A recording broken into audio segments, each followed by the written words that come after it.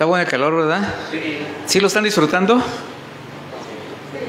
Disfrútelo mucho, porque cuando no haya calor va a haber frío y luego va a estar quejándose del calor, y va a venir el agua y se va a quejar del agua y de todo se va a quejar.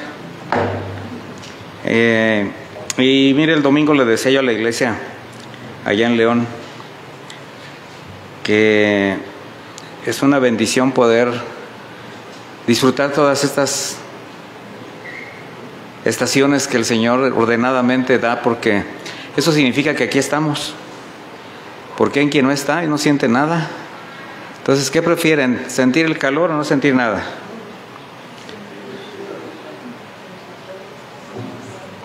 Así que disfrútelo mucho. Disfrute mucho todo. Y bueno, pues siempre para mí va a ser un placer estar aquí, que es la iglesia donde comenzamos, donde nacimos, en el ministerio Casa de Oración. Y pues ahora que me invitó Paco, pues fue Pastor Francisco Torres para ustedes, el Pastor Paco, pues me dio mucho gusto. Me dice que están estudiando la carta a los romanos y que se quedaron en el capítulo 5. Bueno, continuando con este estudio, como antecedente vamos a leer el versículo 19 del capítulo 5, nada más para dar una poquita de remembranza de lo que ya vieron. Dice de esta manera: porque como por la desobediencia de un hombre, de un solo hombre, muchos fueron constituidos pecadores. Está hablando de Adán. Dice: así también por la obediencia de uno, que es Jesucristo, muchos serán constituidos justos. Lo que está haciendo Pablo es resumir el argumento entre la desobediencia de Adán, que puso bajo pecado a toda la humanidad, y la supremacía de Cristo, donde por su sacrificio y obediencia constituyó justos a todo aquel que cree. De manera que la muerte en la cruz y resurrección de Jesús hizo posible que Dios declare justo al pecador que cree. Cristo es nuestra justicia. El hecho de que nos declare justos no significa que nos declare inocentes. Tenemos que entender eso. Pecadores somos, sujetos a condenación, pero por gracia somos salvos. De manera que solo el pecador que escucha la voz del Señor y se somete en obediencia a la voluntad de Dios recibe el perdón y la justicia que le libra de la condenación eterna. Esa es la salvación. Dice Juan 5:24: el que oye mi palabra y cree al que me envió tiene vida eterna, y no vendrá condenación, sino que ha pasado de muerte a vida. Ahora, este es un misterio revelado bajo el nuevo pacto. Y partiendo de esta revelación, ahora Pablo va a confrontar la manera de pensar. Fíjese lo que va a confrontar, porque está hablando con cristianos, está hablándole a la iglesia establecida en Roma. Y va a confrontar la forma de pensar y conciencia del hombre que, pese a haber sido expuesto al conocimiento de la gracia, haber experimentado la gracia, saber y conocer la santidad de Dios, haber experimentado su misericordia, bueno, aún con todo y eso, desea continuar la vida de pecado deliberadamente. Eso es lo que va a hacer ahora. Y comienza con una pregunta a quienes ya habían cuestionado sarcásticamente, diciendo: entonces haremos males para que vengan más bienes. Decían: si donde sobreabundó el pecado, sobreabundó la gracia, pues pequemos más para que la gracia abunde. Y Pablo le dice: ¿qué pues diremos? Y aquí vamos a entrar de lleno al capítulo 6, que es el que me va a corresponder, sobre lo que me va a corresponder compartirles. Dice: ¿qué pues diremos? ¿Perseveraremos en el pecado para que la gracia abunde? Dice en el versículo 2: en ninguna manera, porque los que hemos muerto al pecado, ¿cómo viviremos aún en él? Estas son preguntas y respuestas retóricas, o sea, se entiende anticipadamente que no vamos a perseverar en el pecado porque simple y llanamente hemos muerto al pecado. De hecho, el inicio del capítulo así dice, muertos al pecado. ¿Por qué quien ha sido salvo y ha tenido todas estas experiencias mediante la fe, la justificación, la redención, la adopción, la reconciliación, todo lo que representa nuestra salvación, ya no debería de estar pensando en pecar? Pues porque el Evangelio en sí mismo es poder de Dios para salvación. Y si Dios es santo, Jesucristo vino a salvarnos de nuestros pecados, no en nuestros pecados. Una sola preposición habla mucho, porque hay quien dice, es que nos vino a salvar de nuestro pecado. Sí, nos salvó de, pero no en. O sea, ya no vamos a pecar por cuanto ya somos redimidos. ¿Se acuerda de la mujer adúltera? ¿Cómo llegó? Pues la traían del pelo, o sea, totalmente en un juicio de condenación. Finalmente conocemos la historia, pero al final de esta historia, el Señor le dice, ni yo, o sea, Él era el único que la podía condenar, dice, ni yo te condeno, ahora vete, pero no peques más. ¿Usted cree que esa mujer no estuvo consciente que estaba a punto de perder su vida? La iban a lapidar. ¿Y qué fue lo que encontró en el Señor? Misericordia. Ahora, la verdadera vida cristiana, entonces, no va a consistir en depender de un círculo vicioso entre pecar, sentir remordimientos, pedir perdón una y otra vez, porque eso es algo de lo que venimos, o sea, eso es algo que permite la religión. Ese es el proceso que te religa a un sistema y tú sigues caminando de la misma manera. Por eso sabemos que el arrepentimiento nos lleva a un cambio de manera de pensar, que va a dar un cambio de manera de vivir, que nos ofrece una vida nueva en Cristo. Y el nuevo nacimiento parte del reconocimiento del pecado, que te llevó precisamente a arrepentirte, clamar por el perdón de Dios, pero para no volver a pecar. O sea, si clamamos el perdón de Dios, ¿para qué fue? Para recibirlo. Y eso hace que nuestra deuda quedara, ¿qué? Saldada. Ahora, el Señor saldó nuestra cuenta para que volviéramos a llenar el costalito de deuda. ¿Se acuerdan que la vez anterior, en una de las predicaciones, que les decía yo, hola Luchis, si alguno le dijera a alguien, en este momento te pago todas tus cuentas, todas, saca tus tarjetas, todas, a la gente que le debes hasta la tiendita de la esquina, y te lo pago todo, pero no te vuelvas a endeudar. ¿Quién lo haría? No volverse a endeudar. Y todos pensamos, ay, es que si ya no debo nada, pues ya puedo comprar. Pues no. Si te pagaron la deuda fue para que ya no te endeudaras. Y dije endeudaras, no que no dejaras de comprar. Y vas a comprar ahora con lo que sí tienes, para que no volver a caer en el mismo círculo vicioso de todo aquello. Bueno, esto es algo similar. Por eso, con esta afirmación que acaba de dar Pablo, está presentando un argumento que muestra al hombre nacido de nuevo como muerto al pecado. Por tanto, aborrece al pecado porque ya sabe lo que representa, ¿verdad? Ya no va a perseverar en él, ni siquiera va a pasar por su mente pecar. ¿Por qué? Porque es una nueva naturaleza la que lo hace discernir ahora las consecuencias de pecar.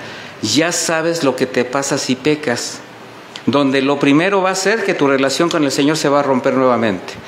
Bueno, por el nacimiento natural, el nacimiento carnal, todos nos hacemos partícipes del pecado de Adán.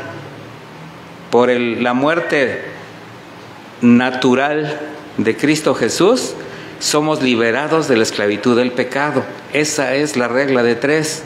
Por eso dice en el versículo 3, ¿o no saben que todos los que hemos sido bautizados en Cristo Jesús, hemos sido bautizados en su muerte?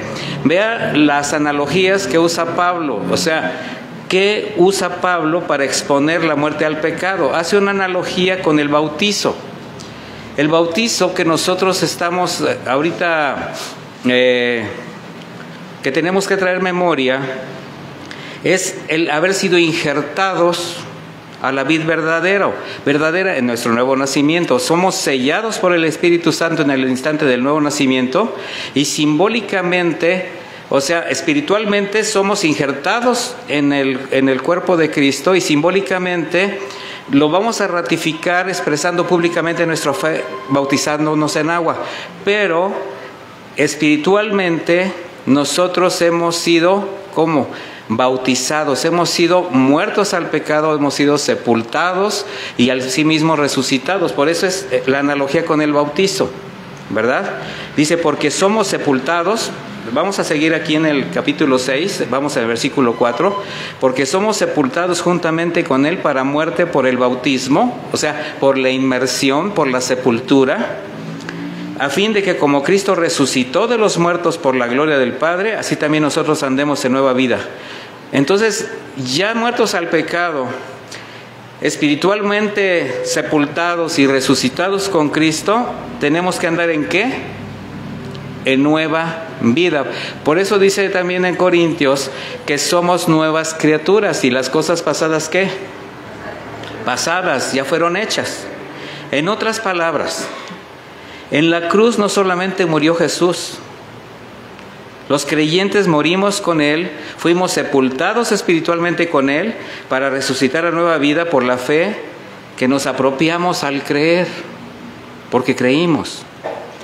Y la muerte no es nuestro fin, y esto es algo que debemos agradecer a Dios. Porque así como Cristo resucitó por la muerte del viejo hombre, también nosotros salimos del dominio del pecado y algún día vamos a estar con Él en gloria. Fíjese lo que costó la vida de Jesús y lo que representa para nosotros. Vamos al versículo 5. Porque si fuimos plantados juntamente con Él, aquí ya está hablando el apóstol Pablo de un injerto en la semejanza de su muerte, también lo seremos en la de su resurrección. Ahora la figura es una planta en la cual fuimos injertados para explicar la identidad con Cristo. Nosotros nos identificamos con Cristo en su muerte, en su sepultura, en su resurrección, pero somos injertados para nueva vida como una rama, ¿verdad?, que ahora puede participar de la naturaleza del árbol al que ahora pertenece. O sea, tú ya no perteneces al árbol caído, perteneces a una vid que da vida, a un árbol de olivo, a un árbol hermoso. Imagínate el que más te guste. Si ustedes fueran un árbol, ¿qué les gustaría, de qué flor les gustaría ser? Bueno, ahí estás tú, simbólicamente, porque los creyentes fuimos cortados, muertos a la otra naturaleza para posteriormente ser injertados a la vid verdadera y ser participantes de esta naturaleza en Cristo. Bueno, este es el conocimiento que ya tenemos. ¿Quién de ustedes ha recibido ahorita una noticia nueva que no haya escuchado antes? ¿Verdad que ninguno? Bueno, eso mismo dice en el versículo 6. Fíjese, así como lo estamos platicando. Dice, sabiendo esto, quiere decir que los cristianos de Roma ya lo sabían. Los cristianos de Guanajuato también, ya lo sabían. Sabiendo esto, que nuestro viejo hombre fue crucificado juntamente con Él para que el cuerpo de pecado sea destruido, a fin de que no sirvamos más al pecado. Entonces, hay una finalidad, hay un objetivo, hay un propósito. ¿Cuál es? No seguir sirviendo más al pecado. ¿Qué es pecado? Todo aquello que ofende a Dios, todo aquello que te aleja de Dios. No hay pecado grande, no hay pecado chico, no hay pecado a medias, no hay un errorcito, nada más cometí una falta, porque así nos la rifamos los cristianos. Es que nada más fue una ligera falta, es que fue un error, es que no lo pensé. Y en ese es que tú estás ofendiendo a Dios deliberadamente y ya lastimaste a alguien. Se llama pecado. Entonces, sabiendo esto, no un conocimiento meramente intelectual, sino una revelación espiritual bajo la luz de la palabra de Dios. Y esto representa discernir, correr el velo, descubrir. Ahora, esto significa que para que yo entienda el pecado, tiene que llegarme aquí una revelación especial, ¿verdad? De que, ay, estás pecando. ¿O qué cree que ustedes no se dan cuenta cuando pecan? ¿Sí se dan cuenta o no se dan cuenta? Pero hay quien dice, yo estoy esperando que me lo revele Dios. Oiga, ¿qué? Ya te lo reveló. De hecho, ya te juzgó. De hecho, la muerte era tu destino. De ahí te salvó. Y a mí también. Entonces el Señor ya lo reveló.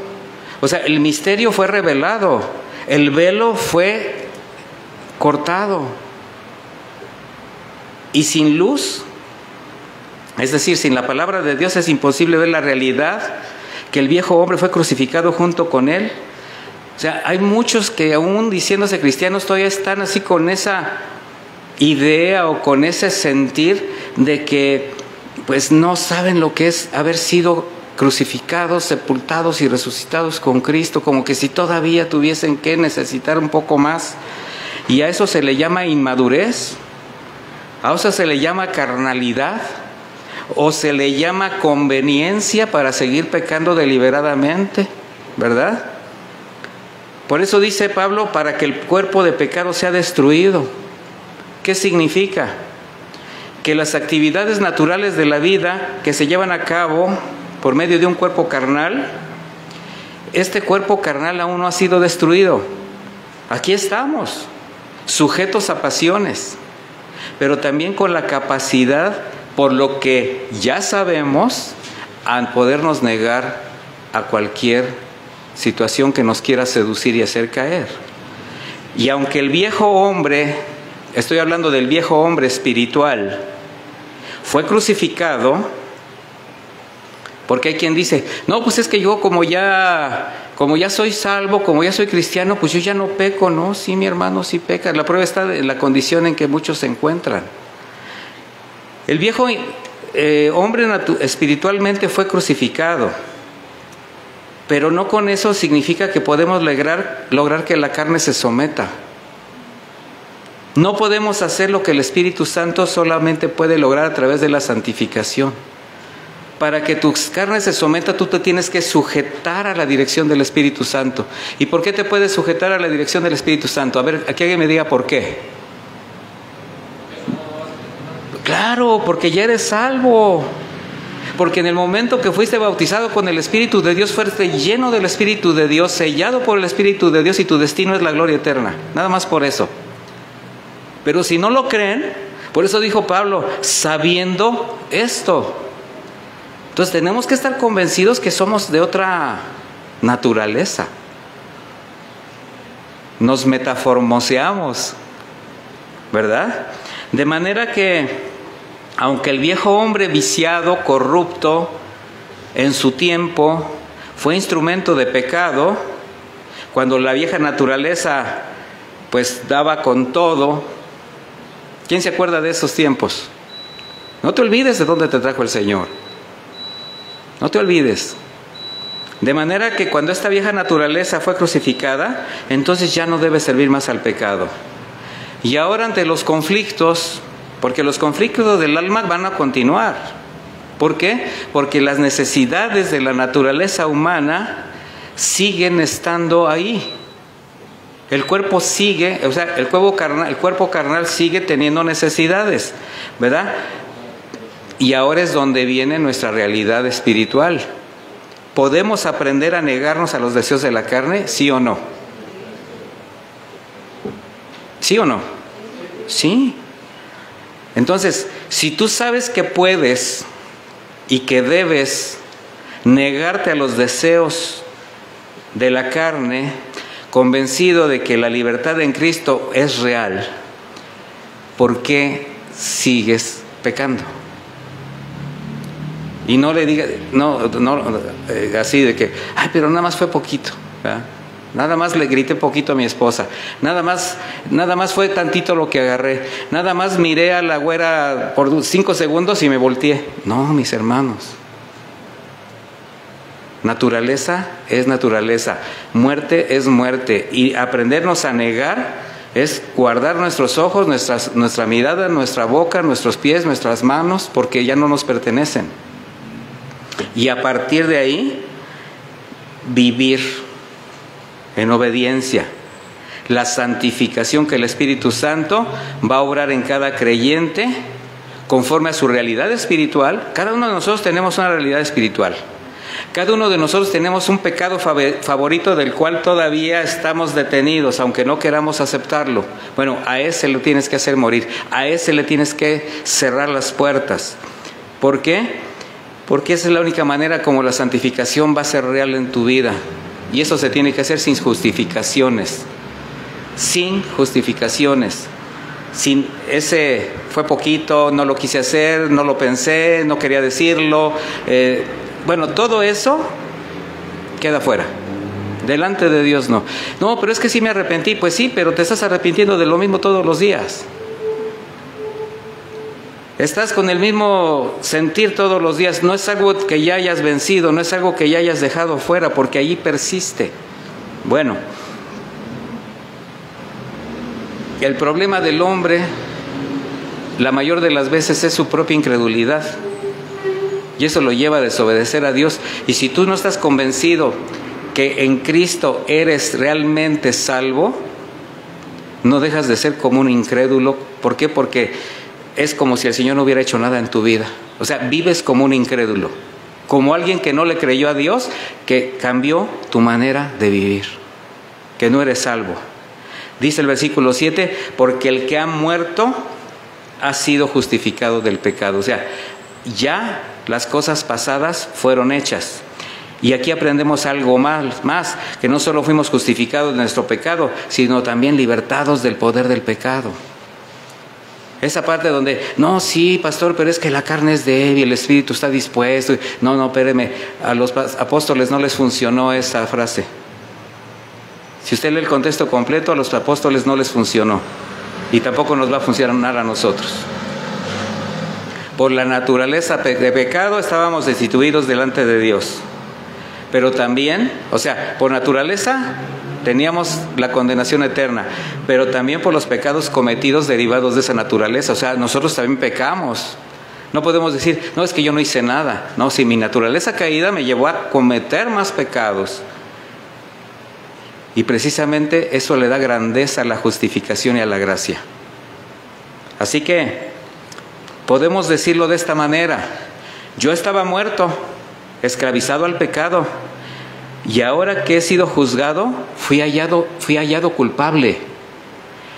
Pero reconocí mi pecado, me arrepentí, clamé por el perdón de Dios y su gracia me cubrió, alcancé misericordia. Esa es nuestra realidad. Y si nosotros hacemos de lado esto, mis hermanos, entonces estamos menospreciando la sangre que decimos nos salvó. Y nos convertimos en unos ingratos. Dice el 8, si morimos con Cristo, creemos que también viviremos con Él. ¿Usted hace suyo eso? O sea, si morimos con Cristo, así usted puede decir, es que si yo ya morí con Cristo, creo que vivo con Él. ¿Usted lo cree? ¿Vive usted como si Él estuviera a su lado siempre? Acuérdese que el pecado aparta al Señor. Entonces, se oye romántico, ¿verdad? Se oye bonito. Es que si morimos con Cristo, creemos que también viviremos con Él. No, sí, qué bueno que lo creamos.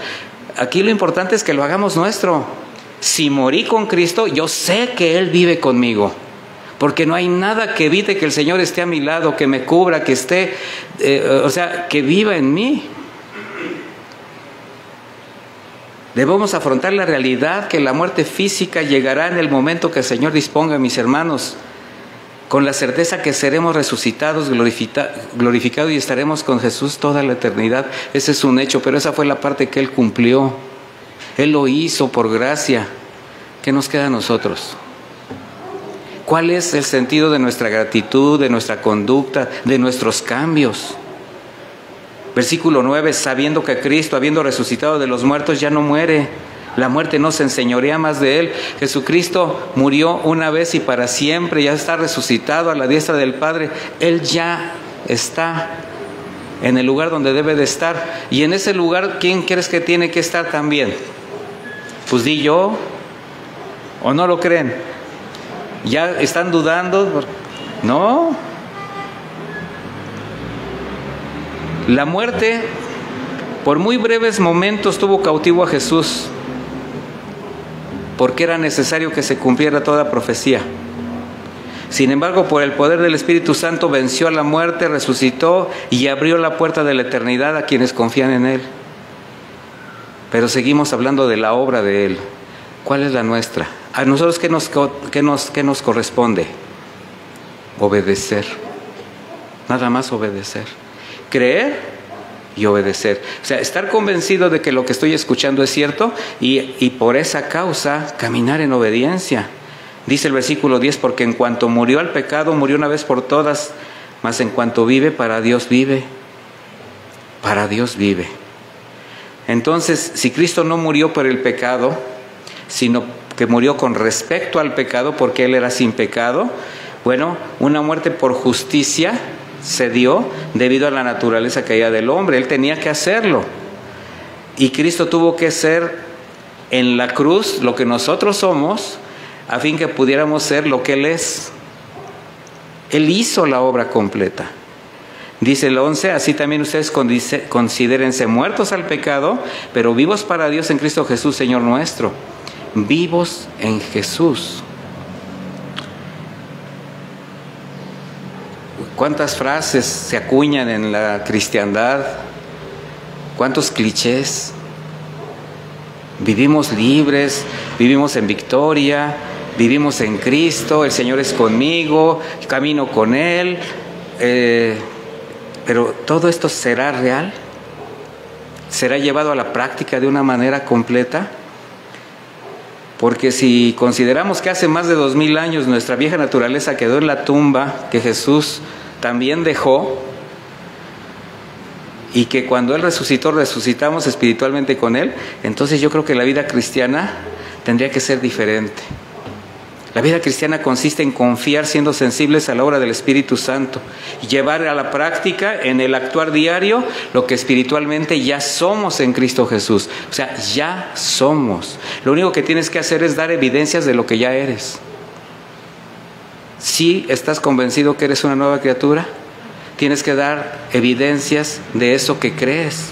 Ahora, yo no lo estoy poniendo en duda, no soy ni siquiera quien para ponerlo en duda, pero tú tienes que estar no solamente convencido, sino formar parte de esta nueva vida, y eso tú lo vas a ver todos los días. Tú mismo y tu entorno lo va a notar. Por eso Pablo dice en el versículo 12, no reine pues el pecado en su cuerpo mortal, de modo que lo obedezcan en sus pasiones desordenadas, o sea, en sus concupiscencias. Están leyendo usted, yo estoy leyendo una Reina Valera actualizada. No reine más el pecado en su cuerpo mortal. O sea, este es un cuerpo carnal, es un cuerpo mortal. Pero dice, no reine en tu cuerpo todo eso, para que tu cuerpo no obedezca a tus pasiones desordenadas. O sea, no des motivo para que el pecado se enseñoree nuevamente de ti. Aunque estamos en el cuerpo carnal, no debemos vivir según sus inclinaciones, es lo que dice Pablo.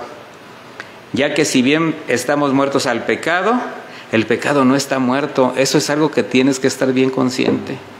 Tu naturaleza pecaminosa también está viva. Y si la alimentas, si das cabida, si le abres puertas, va a darle vuelo a la hilacha, ¿verdad? De ahí la advertencia de no permitir que el pecado nos gobierne nuevamente. Jamás debemos olvidar que vivimos en cuerpos sensuales, mis hermanos, que están dominados por nuestros sentimientos, por nuestras emociones, por nuestra carne, donde el pecado está listo para asumir el control una vez que la naturaleza mande en algún área de nuestra vida. Descuídate en una área de tu vida y se viene una cadena de pecado. Una sola. Mira, mi hermano, no se trata que tú digas, no, es que en esto ya la hice, que aquí yo sí, que aquí. No se trata de eso. Se trata de una vida de santidad. Por eso hablaba yo del pecado favorito, porque ahí es donde todos se cuidan. Ahí es donde, no, es que yo era así en esta área y ya no tomo, ya no bebo, ya no hago esto, ya no hago aquello, sí. Y todo lo demás, todo lo pequeñito, todo lo que no se nota, todo lo que no huele, todo lo que no se da uno cuenta, bueno, ahí es donde se gesta el pecado. Incluso aquello que siendo necesidades normales se pueden transformar en pasiones desordenadas. O sea, algo que puede ser normal se puede transformar en algo desordenado.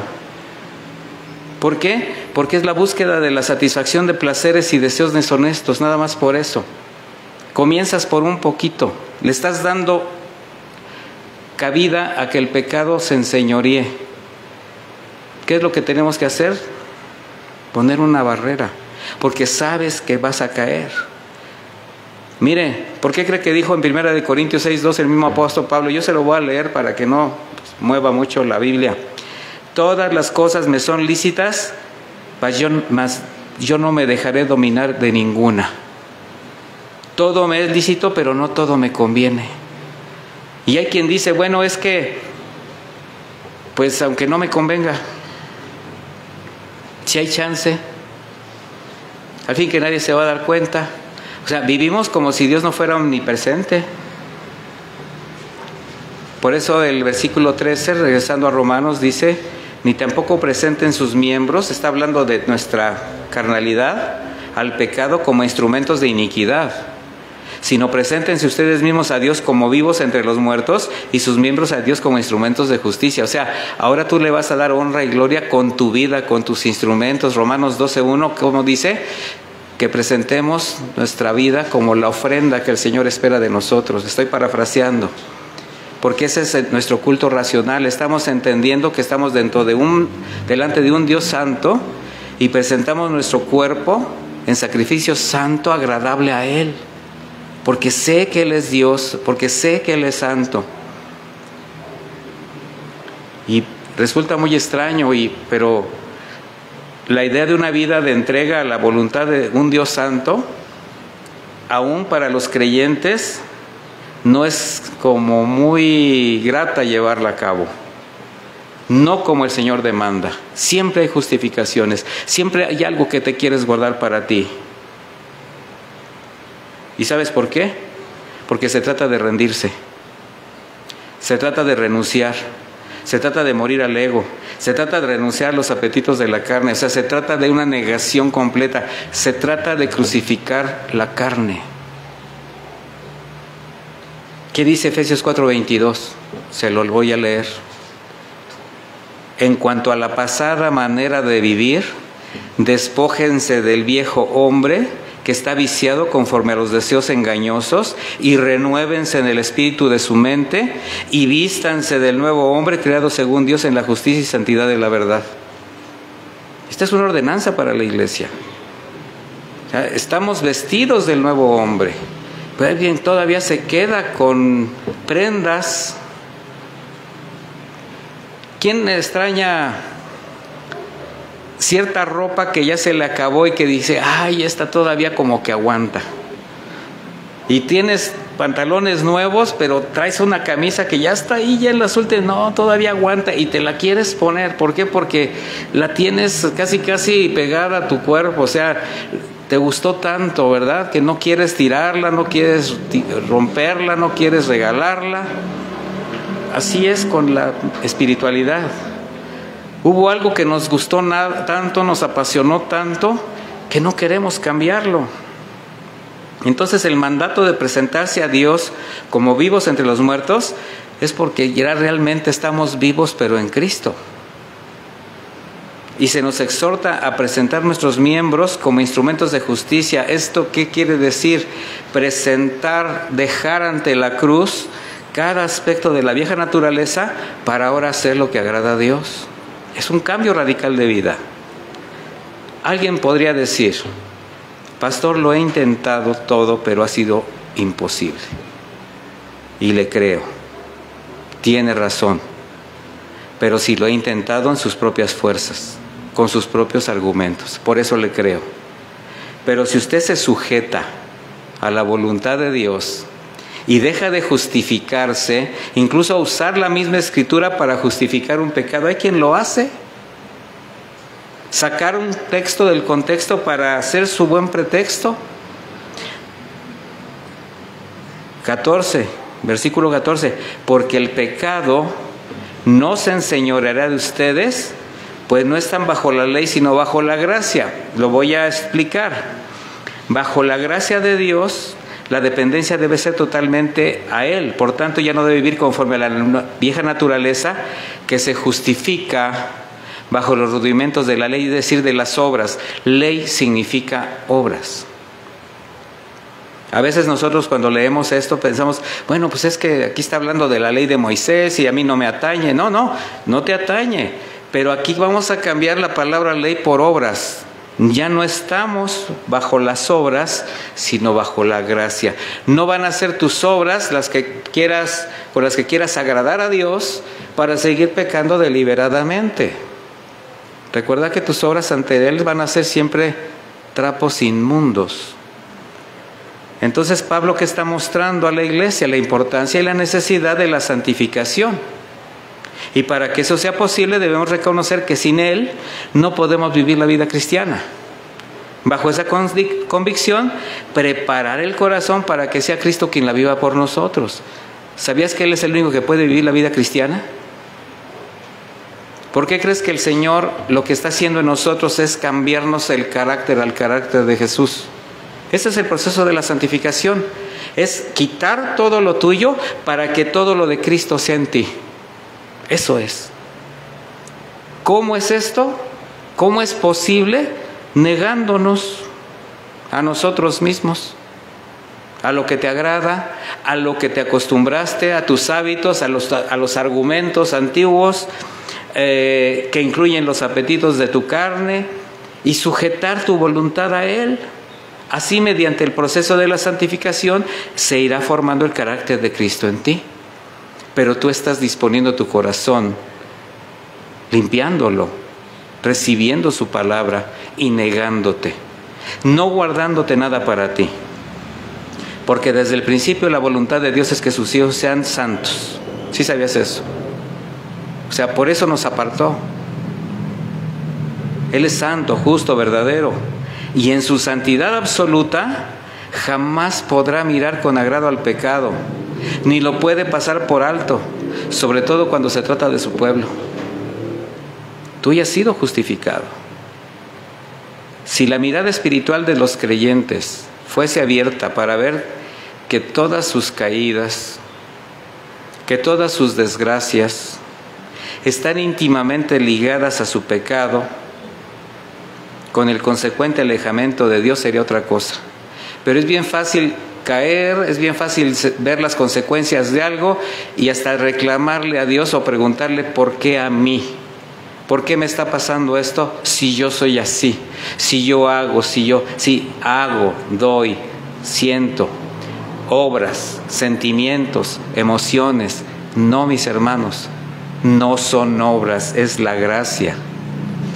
Entonces, si realmente el pecado ya no fuera considerado, y estoy hablando de los hijos de Dios, como algo sin importancia y que puede formar parte de su vida con graves consecuencias, sería otra cosa. Si se dejara de considerar el pecado como un pasatiempo o como una experiencia ocasional o como un desahogo necesario, como dicen algunos, para la carne, su vida sería distinta. Sin embargo, la iglesia es el primer transgresor de la voluntad de Dios. ¿Y sabe por qué? Porque sí la conoce.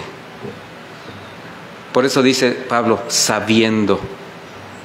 Entonces, cuando tú lo haces sabiendo, ¿crees que hay mayor responsabilidad que cuando no sabías? Claro. Y el pecado es un poderoso enemigo que nos evita caminar en la plenitud de Cristo,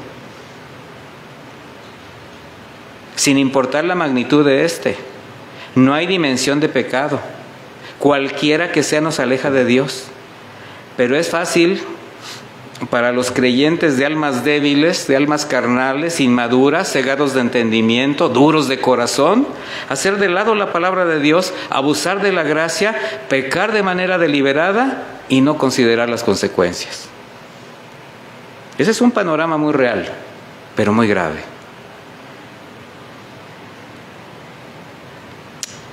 ¿Sí sabía que Dios no puede ser burlado? Es algo que también tendríamos que entender. No hay pecado que quede impune, mis hermanos, y no traiga consecuencias. Sí, sabemos que el pecado nos lleva a separarnos del Señor por ser justo, íntegro, santo.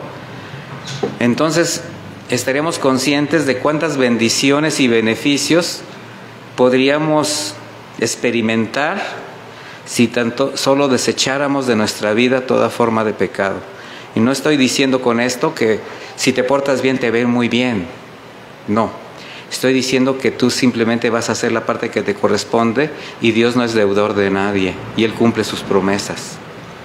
¿Cuántos podrían disfrutar de las bendiciones verdaderas de Dios si la mirada fuese limpia, el pensamiento puro, el caminar recto, el entendimiento renovado, para que la raíz del pecado no estuviese tan arraigada en el alma, en la mente, en el corazón? O sea, un proceso santo. Creyentes que no solo desechen toda forma de pecado, sino que lo aborrecieran con toda su alma. Porque el pecado, al separarnos de Dios, nos evita complacerlo. También nos aleja del cuidado de sus manos, de la dirección de su palabra.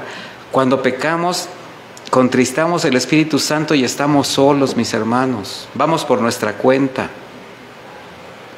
El pecado nos roba y aleja los tiempos de plenitud con el Señor, impide el consuelo del alma, nos imposibilita para fructificar, no hay paz. Cristo queda fuera de tu alcance, porque es santo. Su mano no puede tocar tu mano, su paz no puede ser derramada en tu corazón. ¿Por qué? Porque tú mismo lo has contristado, tú mismo lo has alejado. ¿Tú crees que Cristo quiere salir de tu vida si la dio por ti? Al contrario, Él está siempre dispuesto a abrazarte, dispuesto a consolarte, dispuesto a tomarte. Y aún pecando, el Señor es fiel y justo para perdonar si tú ¿qué? Te arrepientes de tus pecados. Entonces, mis hermanos, en el versículo 15 dice: ¿qué pues? ¿Pecaremos porque no estamos bajo la gracia, sino bajo la ley, sino bajo la gracia? No. Entonces, considerando lo anterior, ¿cómo vivir la vida cristiana? Siendo obedientes a quien ha reconocido como Señor, lo que implica conocerlo más, sostener una relación firme, creciente y permanente con Él. De alguna... le voy a hacer una pregunta. ¿Usted ama a Cristo? Porque finalmente es lo que más importa. ¿Ama a Jesús? Bueno, el Señor dijo en Juan 14:15: si me amas, guarda mis mandamientos. Ese va a ser su parámetro de amor a Dios. Ese va a ser su parámetro. La medida de su obediencia, de guardar sus mandamientos, de cumplirlos, de practicar la santidad, ese es su parámetro para que usted pueda definir su amor a Dios. La identificación con Cristo va de acuerdo con la santificación, mis hermanos, con la obediencia en la que vamos caminando. ¿Por qué? Porque fuimos justificados, reconciliados, sellados por el Espíritu de Dios. Y la obediencia, o sea, ya sus hechos, ya sus evidencias, son la experiencia práctica de la santificación. O sea, ya lo que usted exprese es una obra práctica, evidente de lo que está sucediendo en su corazón.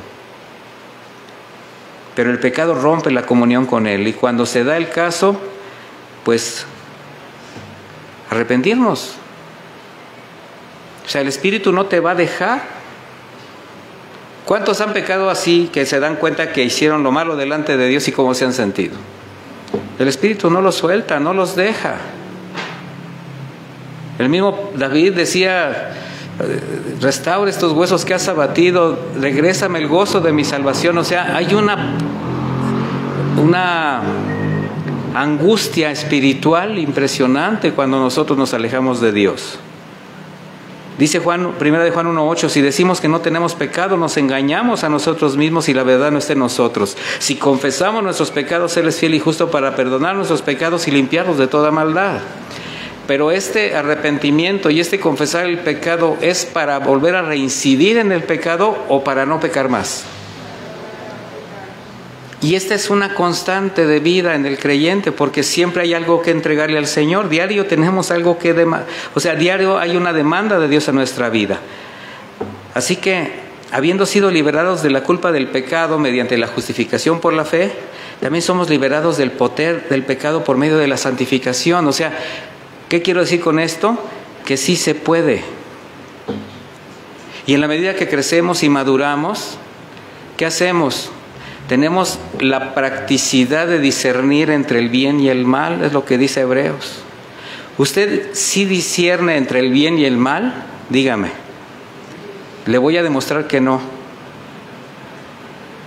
Bueno, no le voy a demostrar nada si usted sí lo discierne. Le voy a preguntar de otra manera. ¿Usted sabe distinguir entre el bien y el mal? Sí. Una cosa es distinguir entre el bien y el mal y otra cosa es discernir entre el bien y el mal. Eso es de maduración, de madurez espiritual.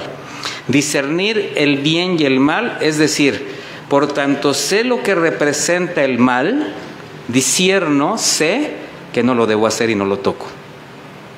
Saber que es algo malo, no, ya sé, pero pues ni modo.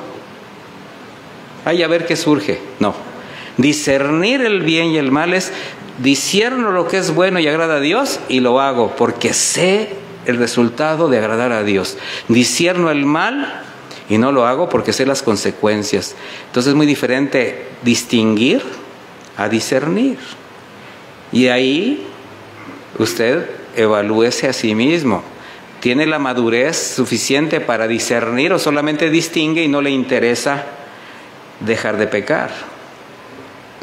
Considerando esto, aunque su conducta sea correcta debido a que no quebranta exteriormente determinados principios morales que marca la sociedad, incluso lleva una vida muy religiosa, esto no implica necesariamente que esté viviendo la vida cristiana, porque nos podemos ver muy bien, pero realmente ¿qué es lo que ve el Señor? El corazón. Y las consecuencias son evidentes. Por tanto, si la vieja naturaleza interiormente no le permite el dominio propio que le lleva a decidir por la santidad, entonces puede identificar a quién realmente sirve. Y se llama pecado. ¿Y sabe usted que el pecado es un señor? Porque se enseñorea. ¿Y sabe lo que hace el pecado? Dice el versículo 23, porque la paga del pecado es muerte, mas la dádiva de Dios es vida eterna en Cristo Jesús, Señor nuestro. Entonces, esto habla de algo muy significativo, que el pecado paga, pero Dios da. Son dos cosas diferentes. Indica que el pecado se enseñorea para matar. El Señor extiende su gracia y su misericordia para dar vida. El pecado es un buen pagador. Así que si usted trabaja para Él se ocupará que usted reciba el pago correspondiente. Y el pago correspondiente se llama muerte. Se llama separación. Se llama caída. En contraste, Dios es dador alegre por amor y su regalo es la vida eterna, la misma que usted recibió por la fe y que usted sabe que debe caminar en ella. Entonces, si consideramos todo lo que hemos visto, ¿valdrá la pena sacrificar la vida de santidad por los placeres que el entorno me ofrece o por conservar mi manera de pensar, conservar mis argumentos? Es como decir, seguir sirviendo en la nómina del pecado, sabiendo que algún día llegará la quincena. Definitivamente a quienes el Señor le ha abierto sus ojos espirituales es un rotundo no. Pero entonces, ¿por qué habrá tanto pecado en el pueblo de Dios? ¿Por qué tenemos todavía esa consideración tan baja de lo que es el pecado? Que la paga del pecado es muerte. El Señor simplemente nos da la oportunidad de recapacitar. Porque como dijo el mismo Pablo, así como Eva fue engañada por la serpiente, Yo espero que ustedes no sean engañados. ¿Por qué? Porque el enemigo es un mentiroso, es un engañador que tratará de convencer a los creyentes que no van a morir. Así como le dijo a Eva: no, si comes del fruto prohibido no morirás, antes al contrario. Bueno, en la actualidad el enemigo se maneja de diferentes maneras. Hay muchos frutos prohibidos alrededor de nuestra vida. Hay muchos frutos prohibidos que incluso conservamos en el corazón, que no los hemos rechazado, no los hemos desechado, y que en cualquier momento los volvemos a cortar, los queremos volver a comer. Y yo le voy a decir algo que a lo mejor tampoco es muy grato. Haber sido engañados por el enemigo, porque hay esa particular doctrina de quererle echar la culpa todo al diablo, y eso es como quitarle responsabilidad al creyente. El diablo es un ente caído, tiene un poder limitado, y nosotros tenemos armas mucho más poderosas que él para poder sacar adelante nuestra vida cristiana.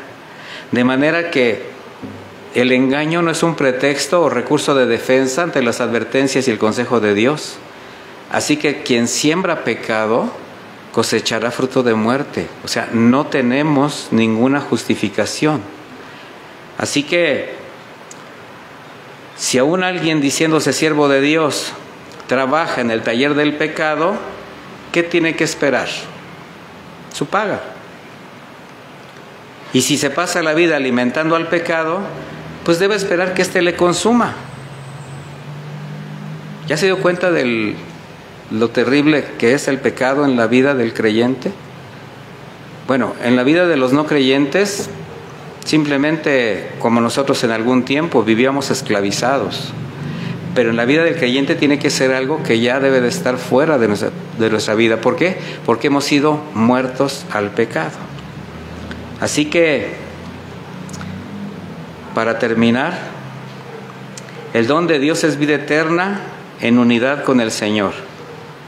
De ahí que la vida cristiana es un andar donde cada actitud, cada obra, cada palabra, cada paso debe ser siguiendo las huellas de Jesús. ¿Por qué? Porque como dice Efesios 2:10, y con esta escritura termino, porque somos hechura de Dios, creados en Cristo Jesús para hacer las buenas obras que Dios preparó de antemano para que anduviésemos en ellas. Así nos damos cuenta que hasta las buenas obras en las cuales nosotros vamos a caminar ni siquiera son nuestras, son de Él, provienen de Él. ¿Qué debemos hacer nosotros? Identificarlas para caminar en ellas. ¿Cómo las identificas? Si le dan la honra a Dios, si están dentro de su orden, si te dan paz y están dentro de lo que tú sabes está determinado por la palabra de Dios, camina en ellas. Si hay algo que te evita caminar en ellas, si no hay paz, si te das cuenta que solamente estás justificando un pecado para caminar de esa manera, para desarrollarte de esa manera, para hablar de esa manera, reaccionar de esa manera, entonces haz un alto. Así que, mis hermanos, muertos al pecado. Vamos a orar. Bendito Padre eterno, te damos muchísimas gracias por este tiempo de reflexión de tu palabra. Te doy gracias por la vida de mis hermanos aquí en la iglesia de Guanajuato, Señor, por cada siervo, por cada persona que se congrega en este lugar, cada familia. Te doy gracias por la atención y la generosidad que tienen ellos al estar, pues, atentos a tu palabra, Señor. Ávidos de tu palabra, ávidos de tu consejo para seguir caminando conforme a tu voluntad. Yo te pido que les guardes, que les bendigas, que les sigas revelando tu voluntad, Señor. Aunque tu palabra es clara, Señor, sí necesitamos tu dirección, tu guía espiritual, Padre eterno, para que no caigamos, para no pecar en contra. Pero sabemos, Señor, que tú nos has dado las herramientas, los recursos para poder caminar en esa santidad que tú demandas. Así, Señor, llegar a ser siempre el pueblo santo, la iglesia pura, sin mancha, que tú esperas, que tú sigues adornando, que tú sigues aguardando para las bodas finales, Señor. Muchas gracias, en el nombre de Jesús. Amén.